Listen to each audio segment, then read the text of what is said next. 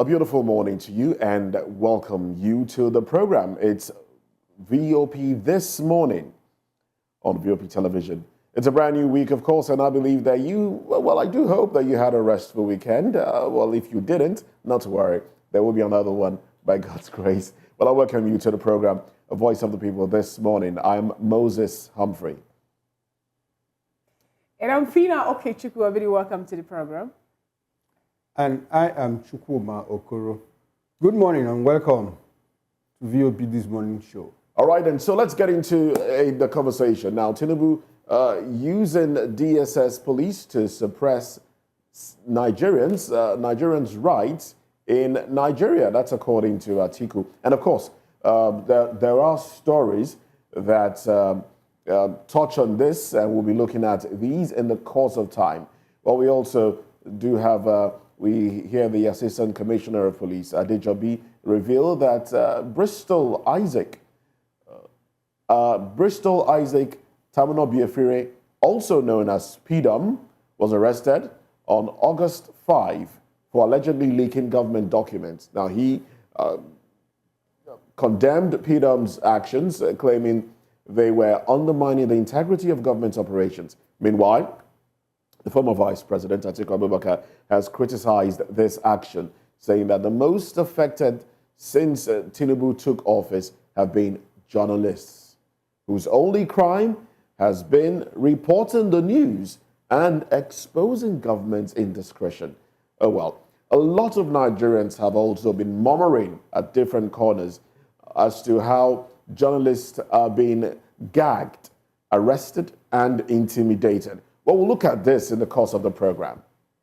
And away from that, Constitution, 5 amendments in 25 years, billions poured into seasonal spectacle. There's this call, by some people, for the Constitution to be amended. And a certain quarter has come out to say, look, this is one too many. In 25 years, we've had two, and Yaradua did one, Buhari did one, and all of that. And we have the elder statesmen calling for a new conference, some Basically kind of... five, actually. We have 5 amendments. Okay, five amendments. Yeah. Yes, 5 amendments, sorry, in 25 years, Yeah, And we have again come to hear from elder statesmen asking us to talk again, despite the fact that we had 95 conference, 2005 conference, and 2014 conference, and all of this. So where does that lead us to?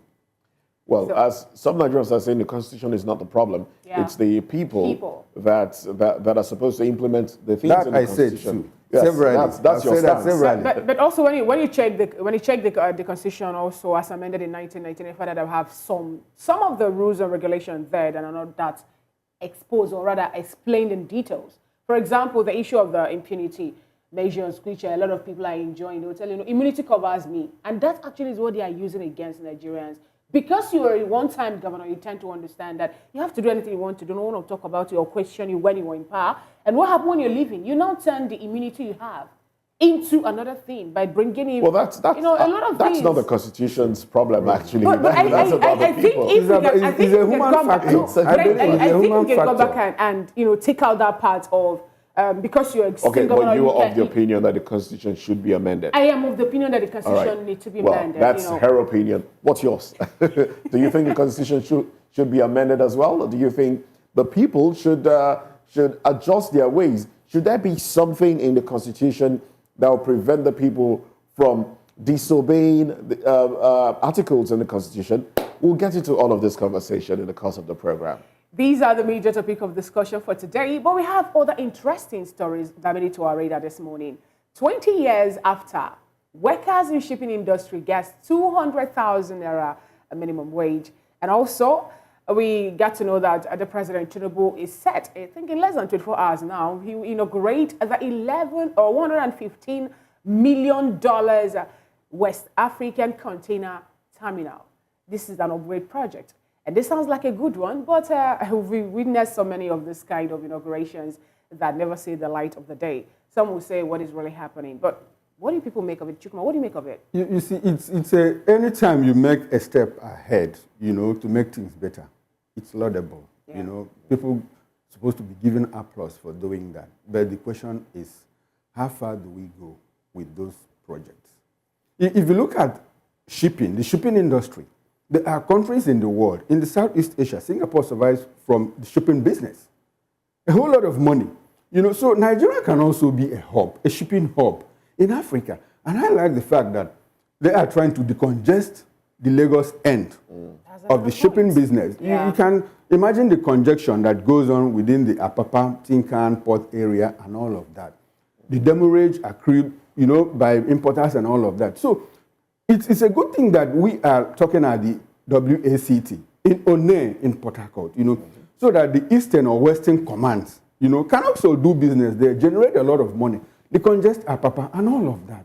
It's a good, it's a good laudable thing. Measure. Very it's laudable measure to the extent if that they see you through to the end. To the That's end, the yes. thing. That's the very, point, because very important. I could recall I like that. earlier this year, Nigerians were talking about how congested Lagos is. And it was Barry Stagabo that was of the opinion that we don't even have fresh airs again, due to the fact that we have so many people and so many activities happening in Lagos. But I believe if they move this one to One in River State. Honestly speaking, if this is done and seen It will through, boost the economy. It will boost the economy. It will bring development to those areas as well. And then you know. I will also call for the Calabar port to also be developed. That way, we'll see more development in those areas, and it will greatly decongest Lagos. And to be honest, Even the port, even the seaport in Onitsha should That's also the be point. developed. Yeah. we should have all our seaports Working at optimal capacity. so that, you know, these things they add to the economy, they add value to the economy. We do. Businesses are there, new businesses come up. You know, there's this kind of spread, and it helps in bringing down the level of economic inequality. And we'll also see the companies springing up in those bringing areas. up here and you know. there. But now that we're having this, And we to are be a able West to African. export too. It's not just about imports. Importing, yeah. We also Export as export well, through yes. those routes. But now we have this to be a West African container terminal. Do you also share this line of thought that this is a way for this present administration, or rather ECOWAS, under President Tinubu now to come back and form a formidable force? Do you also share that line of thought, Moses? I don't understand the question. ECOWAS happens to have the head of state to be Yes, the president. yes, the president. And we know that a lot of people wanted to leave, or some people have actually left Okay, so ECOWAS. having the ports now will having bring the ports ECOWAS and- together. Having the ports now, and not just that, also working. The other day he introduced the anti-corruption policy for ECOWAS too. Now, do you think this is more like a measure put in place to, you know, bring back or unify the bloc? Given the fact that one thing that brought them together, remember, what brought them together actually is economic freedom. Of course, and that's money, you know? that's the essence of ECOWAS. So, Well, it's this will impact on the bloc. It will impact on members of the bloc. It will. It's a laudable venture, like we said earlier, and I do. It's not just about this that will bring unity in the bloc. I think the aggrieved members, those that have opted to leave the bloc, should also be reached out to, as it will go a long way in unifying, strengthening. You know what they say about broomsticks? being together, Yes, you can break them. the more you are together, the stronger you are. Exactly. The more divided you are, the less strong you are. So I think they should do a whole lot more in coming together.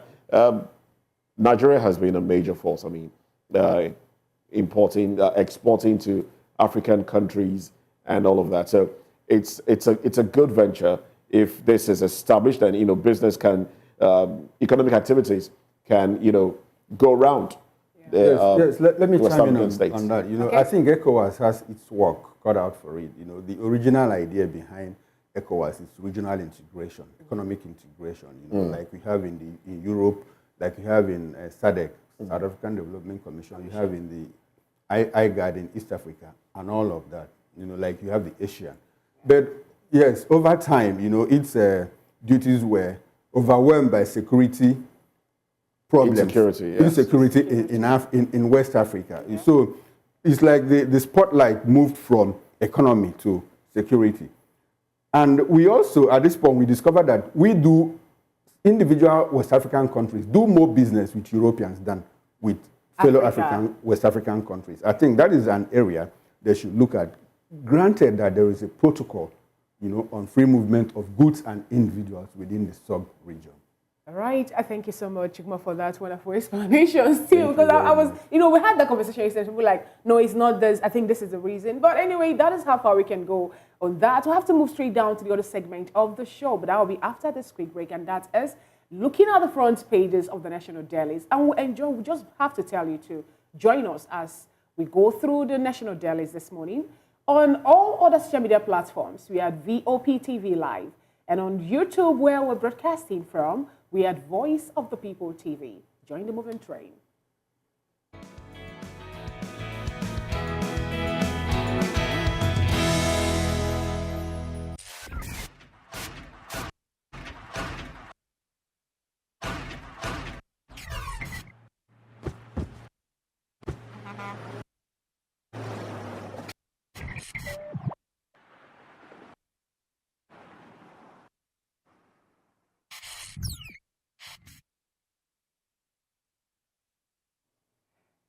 Thank you for staying with us. It's still VOP this morning. Let's look at what the front pages of the national dailies are talking about this morning. We have before us the Guardian newspaper, the Nigeria News Direct, This Day, Daily Independent, Daily Trust, The Punch. So a whole lot of the national dailies this morning. And I would like to start off with a Daily Independent.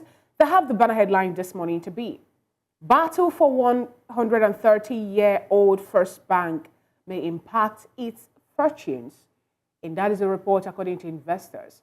Battle for 130-year-old First Bank may impact its fortunes. A report according to investors. The riders to that bold headline, boardroom squabble threatens 350 billion naira recapitalization plan. Shareholders ask parties to sheet sword, differ on CBN's role. And above the nameplate, we have another headline. Debt burden may impede a Nigerian's drive to economic recovery. Okonjo-Iweala wants FG to keep public debt within sensible limits.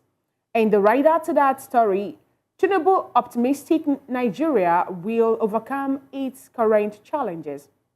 Tinubu optimistic Nigeria will overcome its current challenges.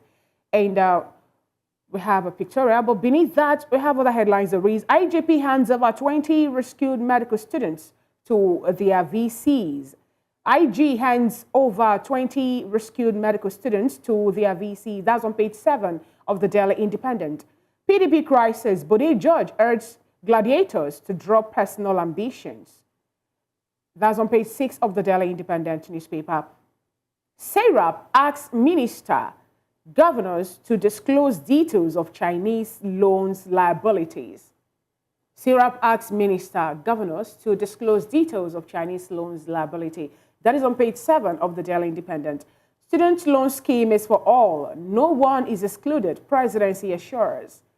Student loan scheme is for all. No one is excluded, presidency assures. Catholic bishops call for return to regional system of government. You can get that story on page 6 of the Daily Independent. And we'll have another bold headline on the cover page of the Daily Independent newspaper this morning. It reads, more troubles for telcos, ISPs as Starlink deepens operations in Nigeria. More troubles for telcos, ISPs as Starlink deepens operations in Nigeria. And these are the stories that made it to the cover page of the Daily Independent newspaper this morning. All right, then quickly, let's go to another paper now. I have the Daily Trust in front of me. Days after killing Emir, bandits abduct over 150 in Gobiru. And then there's a pictorial there. 2 cops, trader killed as police. Shiites clash in Abuja again. Petrol vehicles burnt. Groups members came with bombs. Policemen killed our members, IMN, Islamic Movement of Nigeria. That's okay. Well, some other writers there will probably touch on that one later. IG hands over 20 rescued medical students to UNIMAID, UniJOS VCs, that's University of Maiduguri and University of Jos. Tinubu others mourn as Emir of Ningi buried amid tears. Court freezes 32 bank accounts linked to #EndBadGovernance protest. And yes, I think those are the headlines from the Daily Trust newspaper. And from the Daily Trust, we move over to this day newspaper. The major headline on this day newspaper reads, at NBA conference, Tinubu vows to protect rule of law, tolerate dissenting voices. I think I'll take that again because it's quite interesting. At NBA conference, Tinubu vows to protect rule of law, tolerate dissenting voices. And the writer says, Okonjo-Iweala expresses concern about slow pace of Nigeria's development, even as Lagos has more women in judiciary than any other state, says Sanwo-Olu. There's a pictorial there about the coronation and the third coronation anniversary of the Olu of Warri. And on top of the nameplate, you have federal government moves to eliminate malaria, taps Dangote, Otedola, Elumelu to drive efforts to end scourge. And Dangote says it's unacceptable to leave eradication in the hands of donor partners. I'll take that again. Federal government moves to eliminate malaria, taps Dangote, Otedola, Elumelu to drive efforts to end scourge. And Dangote says it's unacceptable to leave eradication in the hands of donor partners. Eradication of malaria. And that will be all from this day. All right, then. Well, is that okay? Okay, sorry, Moses. We also have, yes, we have our first lady, you know, it's like so good to be home. She visited Delta State, you know, and here she is with the governor and the governor's wife, you know, when she went to launch the Renewed Hope initiative in Delta State. Delta State. So good to be home. All right, then. Okay. Well, let's get on to another paper now. The Guardian newspaper, and it has the banner headline this morning to be FX execution hitches threaten food waiver policy as farmers kick. FX execution hitches threatened food waiver policy as farmers kick. That's on page 6 of the Guardian newspaper. And we have so many other stories. A Serap asks governors Wike to disclose details of Chinese loan. The unholy secrecy of NAS members pay package. The unholy secrecy of NAS members pay package. That's an editorial. You can get it on page 15 of the Guardian newspaper. 2 killed in Abuja Shiite police clash. Bandits kidnapped 150 in Sokoto. Atiku chides Tinubu over citizens' right violation. Okonjo-Iweala asks politicians to stop weaponizing insecurity. You can get that story on page 3 of the Guardian newspaper. Again, terrorist strike in Kaduna, kidnapped district head, 6 others.